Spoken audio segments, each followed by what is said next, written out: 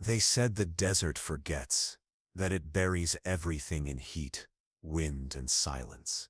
But something didn't stay buried.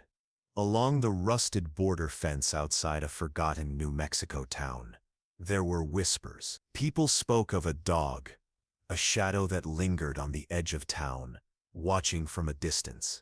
It never barked, never approached, just waited. They called him the ghost dog. Most assumed he was just another stray, nothing more. But to Jackie Moreno, a young journalist looking for stories no one else wanted to tell, the way he moved said something different. He was focused, still, watching, waiting. On a burning April afternoon, Jackie spotted him again near the dry riverbed. He stood at the edge of a ravine, motionless. As soon as she raised her camera, he turned and walked away. It wasn't fear. It wasn't hesitation. It was intention. She followed him, down into a dusty gulch, through twisted brush and broken border signs. The air was dry, and everything was silent, except the wind. He led her to a small patch of disturbed sand, and then he stopped. Half buried beneath the dirt was a torn tactical dog vest. The nameplate was scratched but still readable. Max, Unit K92. Active. Next to it, dog tags, a bullet casing, and the unmistakable stain of dried blood. She reached for the vest. Her fingers trembled.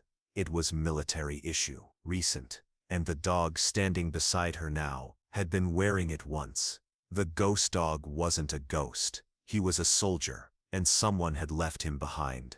Jackie didn't sleep that night. She uploaded the photos, backed up the footage, but the image of that vest, ripped, stained, half buried, burned in her mind. And the dog, he didn't run, he stayed, right outside the motel, under the flickering parking light, watching her room. At dawn he was still there. Jackie stepped outside, unsure. No leash, no commands, just curiosity and a sense that she was already part of something bigger. He didn't move as she approached. She reached out slowly, her hand trembling. The dog sniffed, then lowered his head. Calm, still alert, no fear, no hesitation. She whispered, "Max?" His ears twitched.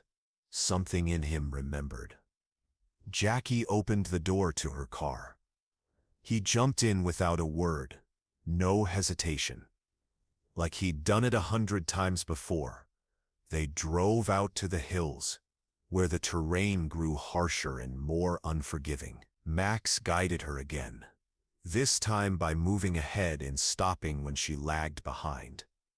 He led her through rusted fencing, collapsed observation towers, and crumbled concrete bunkers hidden beneath desert dust. Then they reached it.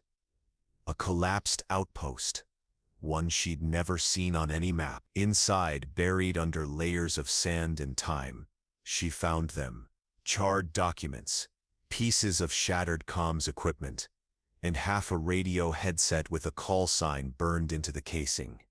Unit Sierra, Protocol Dusk. She took photos of everything. When she looked up, Max was standing in the doorway, watching the horizon, motionless, like he was waiting for something, or someone. She didn't know what any of it meant yet, but one thing was clear. He wasn't done, and neither was she. Back in her apartment, Jackie spread everything across her desk. Photos, maps, GPS tags, a single bullet casing. Every detail pointed to something official, but absent from every public record. No listing of Protocol Dusk, no incident report from that location, no active military presence registered. She dug deeper into local police databases, border patrol logs, and forgotten PDFs buried under bureaucratic layers. Then she found it, a handwritten report, scanned and poorly filed. Patrol K92 Handler, Reyes, Daniel, dated April 12, 2018. Status, MIA. Presumed dead. No follow-up. No body recovered. The name hit her like a punch. Daniel Reyes. She had read about him years ago. A promising handler decorated twice, then disappeared off the radar. She found a trail, a suspended license, an old land lease, a disconnected satellite internet account. There was one place it all pointed to, an old trailer parked deep in the canyons near Socorro. Jackie didn't wait.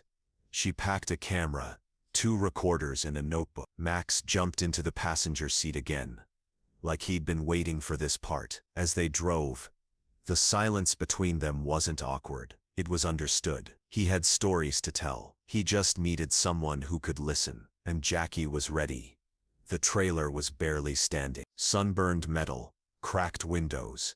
A flag faded to gray. It sat on the edge of nowhere, surrounded by dry brush and the rusted bones of old machinery. A single mailbox leaned sideways. On it, in faded ink, D. Reyes. Jackie knocked once. No answer. She waited, knocked again. Then the door creaked open. Not from her knock, but from inside. A man stood in the doorway, gaunt, sun-worn, eyes dark from too many sleepless nights. In one hand, a coffee mug stained with years. In the other, nothing. But the tension in his shoulders spoke louder than any weapon. His eyes dropped to the dog standing beside her. Everything in him broke. His hand trembled. The mug slipped, shattered. "Max," he whispered. Max stepped forward, slow, cautious, but calm. Then Reyes dropped to his knees. The weight of years collapsed on his back. He wrapped his arms around the dog's neck and buried his face in the fur. He didn't cry. He didn't need to, because this was the first time in 5 years he could breathe. Jackie stood still, camera forgotten, throat tight. Later, inside the trailer, Reyes spoke. His voice was hoarse, cracked, but steady. "They left us," he said. "There was a deal. A shipment crossing under the radar. Weapons. Tech. We weren't supposed to know. But Max," he sensed something. He always knew before the rest of us. "We followed a lead, intercepted a drop. It was supposed to be clean." His jaw clenched. Barrow was there, and he turned on us. 2 men were killed, the rest silenced. Officially, friendly fire in a joint training exercise. Max was shot, presumed dead. Reyes was told to disappear, and he did. But Max didn't. He came back, and he remembered. So did Reyes, and now Jackie knew too. Reyes pulled a dented ammo box from under the floorboards. Inside, an old field recorder, scorched around the edges but intact. A cracked headset, a single flash drive, wrapped in cloth. He placed them on the table like they were sacred relics. "This never made it to command," he said. "They thought it was destroyed with the comms van." Jackie plugged in the recorder. The room filled with static, then silence, then a voice. "Unit K-92 reporting. Sierra drop is compromised. Repeat, compromised. Orders unclear. Agent Barrow." A burst of gunfire. Barrow opened fire. "Repeat." Barrow engaged. "Max is down. We need evac." Another voice cut through. "Leave the dog. Burn everything. You never heard from me." Jackie froze. That voice, smooth, calculated, cold. Barrow, the proof they needed. She copied the audio 3 times, stored it on cloud, USB, encrypted drives. This wasn't a theory anymore. This was a government-sanctioned cover-up. And Max wasn't just a forgotten asset. He was the key. That night, Jackie uploaded the files from a gas station Wi-Fi. 1 copy to a trusted journalist she once interned for, another to a locked archive she used when dealing with sensitive data. The 3rd stayed with her. By morning, Reyes's trailer was on fire. She woke to the sound of Max growling, low and sharp. Smoke poured through the back window. Flames licked the walls like they'd been waiting for years to rise. They barely made it out the front door. Reyes's hard drive melted before they reached it. His backup copies gone. Only Jackie's transfers remained. 3 black SUVs passed them on the highway as they fled. No plates, no logos, just dust and windows too dark to see through. Reyes didn't ask who they were. He already knew. They drove in silence until the desert gave way to empty roads and old mining towns. They found a place off the grid. A forgotten cabin with no internet, no connection, no reach. But they weren't hiding. They were planning. Because this wasn't just about surviving anymore. It was about telling the world. The cabin had no signal, but Riaz knew a place that did. A decommissioned relay tower, buried in the hills. Once used for military communications, now a rusting skeleton of antennas and silence. But with the right equipment, the right code, it could speak again. They packed fast.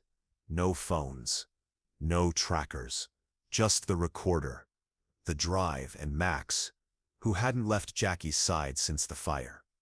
It took hours to reach the tower. The road had collapsed in places. They hiked the rest. Jackie's legs burned.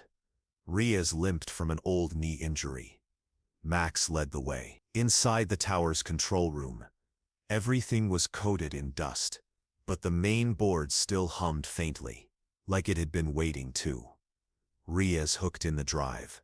Jackie pulled up the audio files. Satellite ping initialized. The upload began. Seconds felt like minutes. Max growled, turned toward the door. His ears flat, his stance rigid. They weren't alone. Through the cracked window, Jackie saw them. 3 men in black approaching from the ridge. Fast, tactical, quiet. Riaz locked the door. "We have maybe 2 minutes. The upload was at Max stood in front of Jackie, teeth bared. The signal flickered. 93%. The door shook. 98%. A final slam. Hinges cracked. Jackie's screen blinked. Upload complete. She yanked the power, grabbed the drive. Riaz kicked open the back exit. They vanished into the dark as the door crashed open behind them. Max didn't bark. He didn't look back. They had sent the truth into the world. Now they had to survive it. By the time the sun rose, it had already begun. The recording, Barrow's voice, the gunfire, the command to abandon Max was everywhere. Independent news outlets picked it up first, then underground forums. Then, somehow, it reached the mainstream. Within 24 hours it was trending worldwide. Burned the cover. Max K. 92. Protocol Dusk. Names were named. Faces exposed. Former patrol officers started speaking up. The public wanted answers. Some wanted blood. But Barrow was gone. No agency confirmed his location. No branch of government claimed him. The file labeled Agent Barrow as sealed behind so many firewalls it might as well have never existed. Jackie, Riaz and Max stayed off the radar. They moved at night, changed cars twice, slept in motels where no one asked questions. And still, Max never relaxed. He paced room, listened to sounds Jackie couldn't hear, his instincts always on edge. Riaz watched him and shook his head. "He knows it's not over." Jackie nodded. "Then neither are we." Because the world had heard the truth. But the people behind it were still in the dark, and Max wasn't done hunting. The envelope arrived without a stamp. No return address. No fingerprints. Just a single word typed across the front. Truth. Inside, coordinates. A building access code. A security badge with Riaz's old clearance level. And a printed map of a location deep in the desert, far off any public grid. Riaz stared at it for a long time. Then he whispered, "It's real." They waited for nightfall. Max sat by the door the whole time, unmoving, eyes locked on the horizon. The drive took hours. Dirt roads gave way to rocky terrain. The facility wasn't marked on any satellite image, but it was there, concrete buried into the cliffside, wrapped in fences that hummed with power. Jackie used the badge. The gate clicked open. Inside, the silence was heavy. No guards, no camera, just cold air and the low hum of old machines still running. They passed through 5 locked doors. Then they found it. Project Sentinel. K92. Rows of binders. Surveillance tapes. Training files. Behavioral experiments. Max's name was everywhere. Photos. Logs, notes, evaluation. He wasn't just trained for detection. He had been monitored, manipulated, pushed to his limits, physically, emotionally. They had studied loyalty like it was a weapon, and Max was the blueprint.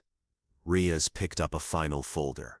Inside, a memo, signed by Barrow. Subject: K92 displayed signs of independent memory and associative reaction. Recommend permanent asset retirement before control is compromised. Jackie's hands shook. They hadn't just abandoned Max. They tried to erase him, and now he was standing in the middle of the very place built to break him. Still whole, still unbroken, still watching. They returned to where it all began. The border fence was still broken. The ground still cracked from years of heat and silence. The wind howled through the brush like it was mourning something old. Max walked ahead without being told. Past the patrol marker, past the weathered stone, past the place where Jackie first saw him. He stopped at a dry wash, long forgotten by maps, and began to dig. Riaz dropped to his knees beside him. Jackie followed. Beneath the packed dirt, wrapped in tarp and sealed tight, was a buried container. It took nearly an hour to pull it free. Inside, hard drives, photographs, old radio logs, names, dates, codes, files from the Sierra Protocol. Ones Riaz thought had been lost in the fire. Ones only Max could have led them to. He had remembered all of it. Jackie set up her camera, filmed every document, every serial number, every photo. This wasn't just evidence. It was a record. Proof that Max had survived. Proof that the operation had happened. Proof that the cover-up wasn't just an error. It was a design. They took everything. And for the first time, the ghosts that haunted the desert had a voice. And that voice came with teeth. The footage reached Capitol Hill before they did. Jackie's video. Time-stamped. Geotagged. Every frame documented. Was submitted to a Senate subcommittee on defense accountability. The file name was simple: K92, the last witness.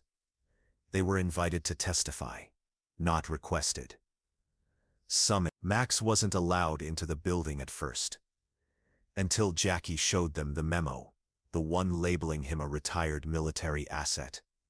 He walked through the metal detectors without a sound. No collar, no leash. Just presence. The room was full. Cameras, journalists, government officials pretending not to sweat. Jackie took the oath. She told everything about the trailer fire, the facility, the buried files, the tape. She named names.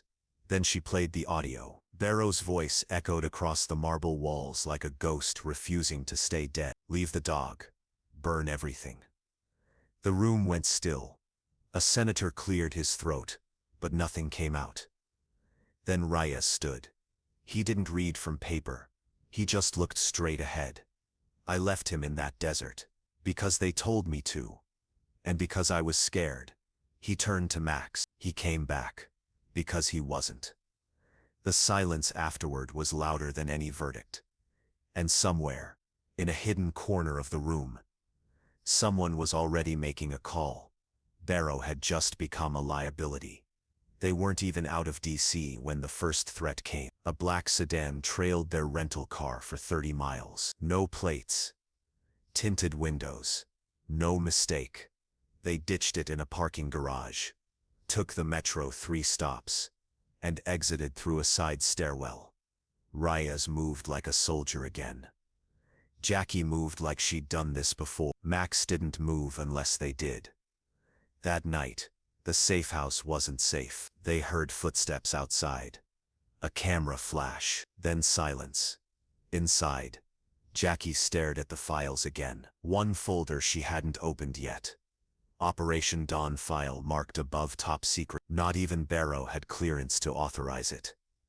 Inside, psychological evaluations. Extended surveillance logs, K9 biometric tracking from years before Max ever set foot near the border. This hadn't started in 2018. It had started long before. And Max had been watched since birth. He wasn't just trained. He was selected. For his instincts. For his pattern recognition. For his bond. This wasn't a coincidence. He had been part of something far bigger than Sierra Protocol. And someone out there still wanted that buried. Jackie backed up the folder 6 ways before sunrise, and Max, always watching the window, didn't sleep once. They moved again. No phones, no credit cards, just safe houses and burner IDs. Handed off by people Jackie barely knew but trusted anyway. Former whistleblowers, leaked source handlers, people who'd vanished off the grid and stayed gone. The deeper they went, the more they uncovered. A name kept appearing in hidden files. Shadow Unit 6B. A private contracting group off the books. Untraceable, not officially tied to any agency, but funded by appropriations. Buried in defense budgets so thick with red tape. No one questioned a few million missing. And at the center of it, Barrow. He hadn't vanished. He'd been reassigned to erase trails. To erase people. To erase dogs like Max. Reyes read the documents in silence. Jackie felt sick. And Max growled for the first time in days. Low, deep, a sound that came from somewhere far beneath instinct. They had poked the hornet's nest, and now the shadows were watching them back. But Jackie had a plan, because if they wanted silence, she'd give them something louder. Love, unedited, and unignorable. They needed a signal, one that couldn't be blocked, filtered or pulled offline. Reyes remembered an old intelligence leak site. Long dead on the surface, but still accessible through encrypted satellite channels. If they could uplink the files through that node, it would replicate across thousands of mirror servers. Untouchable. The location. An abandoned Cold War listening station built into a mountain ridge. Still powered by solar. Still connected. If only barely. They hiked the last 2 miles under moonlight. No flashlights, no noise. Max moved ahead like he'd been here before in another life. The station groaned in the wind, metal against metal, old ghosts whispering.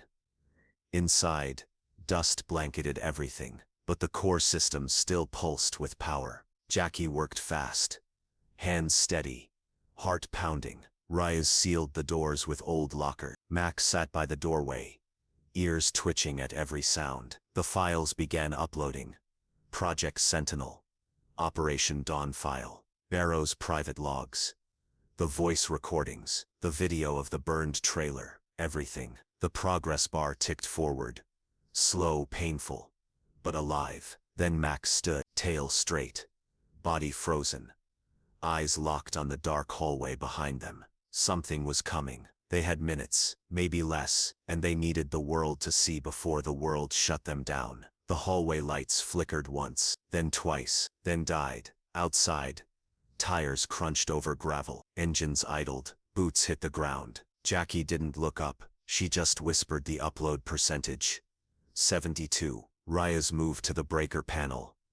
Max didn't move at all. He was in full alert now.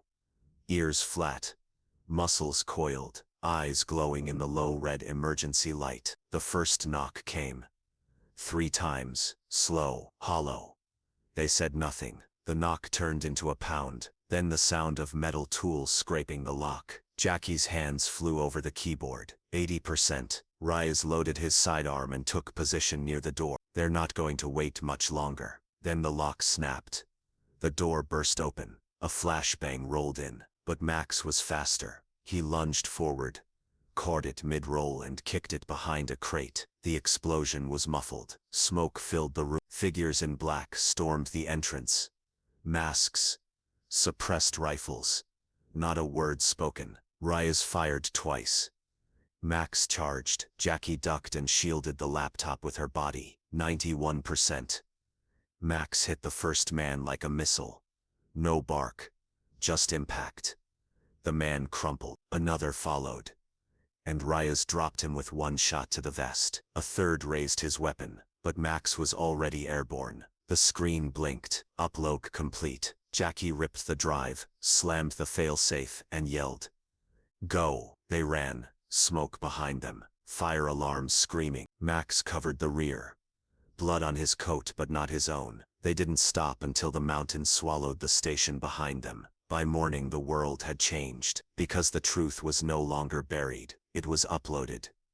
It was everywhere, and it had a name. By the next sunrise it had begun. Newsrooms couldn't verify the footage fast enough. Forums lit up with frame-by-frame breakdowns. Whistleblowers started coming out of the dark. Retired handlers, journalists, even one former military tech who recognized his own redacted code in the Dawn file logs. The headlines wrote themselves. Canine asset abandoned. Government cover-up exposed. The dog who remembered. Project Sentinel, classified no more. Max's photo was everywhere. Not the wounded one. Not the one covered in dust and scars, but the one Jackie took at dawn, standing tall beside the outpost he once guarded, eyes locked on the camera like he was daring the world to blink. The Pentagon denied everything, but people didn't believe them this time. Hashtags flooded every platform. Justice for Max. K92. The handler returns. We saw the tape. Requests for interviews poured in. Senators called emergency hearings. International outlets requested access to the files. One country even offered Max asylum. But Max didn't care about any of that. He watched the screen once, then turned away. To him the mission wasn't over. Because the people who gave the order, they hadn't faced him yet. And they would. Soon. The files revealed more than anyone expected. Buried deep in Project Sentinel's logs was a secondary operation. Something called Whispergate. It wasn't just about dogs. It wasn't just about handlers. It was about control. Whispergate detailed asset neutralization strategies for any operative, canine or human, who developed non-compliant behavior, resulting from deep relational bonding. They weren't training loyalty, they were testing how to break it. Max was one of 14 test subjects. Only 3 survived beyond deployment. Only one went off script. His name had been circled in red. K92, high risk. Immediate termination advised. And next to it, asset exposure timeline. Threat level 1. Contact Reyes. Civilian risk, J. Moreno. They weren't just exposed. They were marked. Jackie stared at the list of names. Some were labeled neutralized. Some were still active. And one name scrawled at the bottom wasn't marked at all. Barrow. Location unknown. Status operational. Clearance above top secret. He wasn't hiding. He was still working, and he knew they were coming. They found him in the one place no one had thought to look: home. A remote estate buried in the pines of Montana, bought under a shell corporation, tied to a defense contractor that no longer existed on paper. Security cams covered every tree line. Drones patrolled the air. But Max didn't need blueprints. He just needed the scent. Jackie and Reyes camped 2 days outside the perimeter, mapping guard patterns, drone timing, and entrances. They didn't tell anyone. No news crews, no agencies, no leaks. This wasn't for headlines. This was for closure. The third night they moved. Max led. Reyes watched the scope. Jackie carried a portable drive, loaded with every piece of evidence. Time-stamped and verified, ready to live stream if it went bad. They slipped through the forest, ducked under motion sensors, dodged a patrol, and reached the back of the compound just before dawn. They saw him through the window. Barrow. Older, grayer, still dressed in black, sitting in a leather chair, watching news footage of himself being hunted. He smirked, as if he knew this day would come. Jackie whispered, "What now?" Reyes raised the pistol, then lowered it. "Let the world decide." They stepped forward. Max pushed the door open, and Barrow finally stood to face what he left behind. Barrow's voice was as smooth as ever. "You've come a long way," he said. No surprise, no panic, just calculation. Is this justice, or just vengeance with better PR? Jackie didn't speak. She pressed the button on her transmitter. A light blinked red. Live, every word that followed was streamed in real time, through encrypted relays, mirrored to 10 public channels, recorded in triplicate. Barrow saw the light. He laughed. You think truth saves anyone? He pointed at Max. That animal ruined 6 years of protocol. Millions in development. You think he's a hero? He's a defect. You don't give medals to a virus. Reyes clenched his fists. Jackie held his arm. Say it again, she said. For the record. Barrow stepped forward. Eyes locked on Max. I gave the order. I told them to leave him. He wasn't supposed to come back. Max stared, unflinching. Barrow's voice dropped to a sneer. And now what? You let him rip my throat out on camera? That your end game? Jackie raised the drive in her hand. No, this is. She handed it to Barrow. Everything we've uncovered. Every name. Every file. The full truth. You can read it, or you can burn it. But now the whole world has seen it first. Barrow's smile faltered. He realized too late.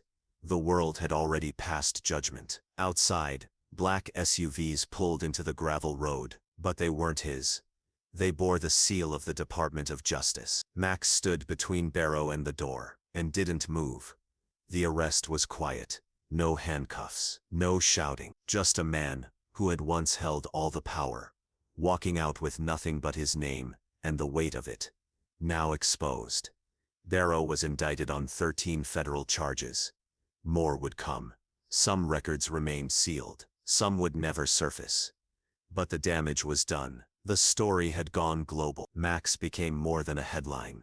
He became a symbol of loyalty, of memory, of what governments tried to forget, and what a single bond refused to let die. Weeks later, a Senate resolution passed unanimously. The Max Initiative was born, a program to protect military canines post-service, to give them guardians, not cages, to recognize their sacrifice the same way they honored soldiers. Max didn't attend the ceremony.